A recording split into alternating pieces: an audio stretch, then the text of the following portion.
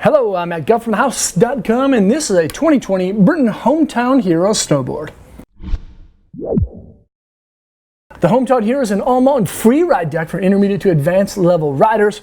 This was tested a lot in Vermont. If you want to get through tight trees, you ride a lot of crud and rip through the ice, the Hometown Hero is going to be that one.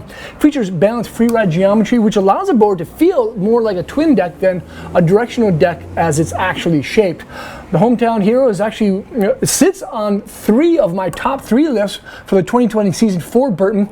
The first one is the Freeride board. Fun shapes, and then lastly standout boards of the season. Top 3 in a lot of categories. This is a great deck. It looks pretty simple, but once you get on it and rip it, there's really something magical about it, because you have a great free ride deck that kind of feels like a twin board. So you can ride it both this way and this way, and it'll feel great, even though most people ride it with the nose pointed downhill. It is a directional board.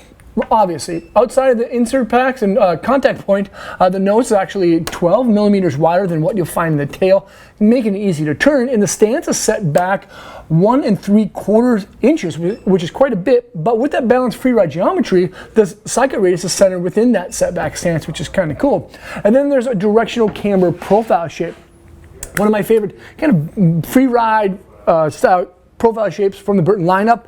As you see, there's lots of camber underneath that front foot all the way to the tail's contact point, with a little early rise and gradual sweep in that very low profiled style nose. Like, notice how it doesn't really kick up very quick, just nice and gradual, but again, very long past that contact point, which is great.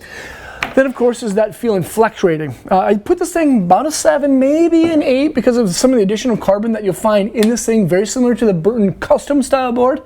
Inside is a very lightweight wood core, though. It's called the Dragon Core, Dragonfly. It's about 600 grams, which is extremely lightweight, and it has multi-zone EGD, which means that there's 4 different locations where the woods run perpendicular to the rail instead of parallel with the rail. And then there's that carbon. Like I said, it matches up with the same technologies that the Burton Custom, one of the most long-standing and best all-mountain boards in the history of the world, has.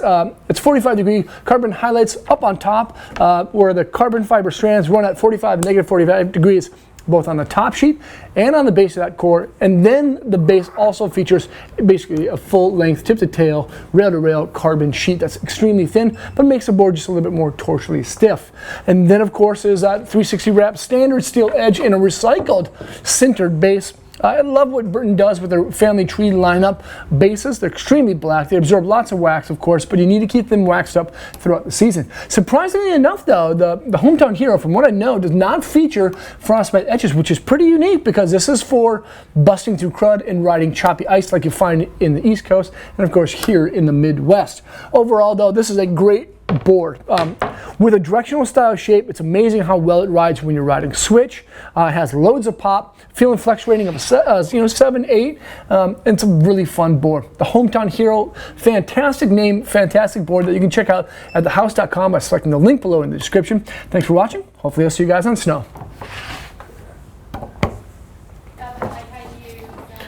All right. Thanks for watching. Leave a comment or a question below, subscribe to the channel there, and check out our other channel for vlogs, how-tos, and other fun stuff over there.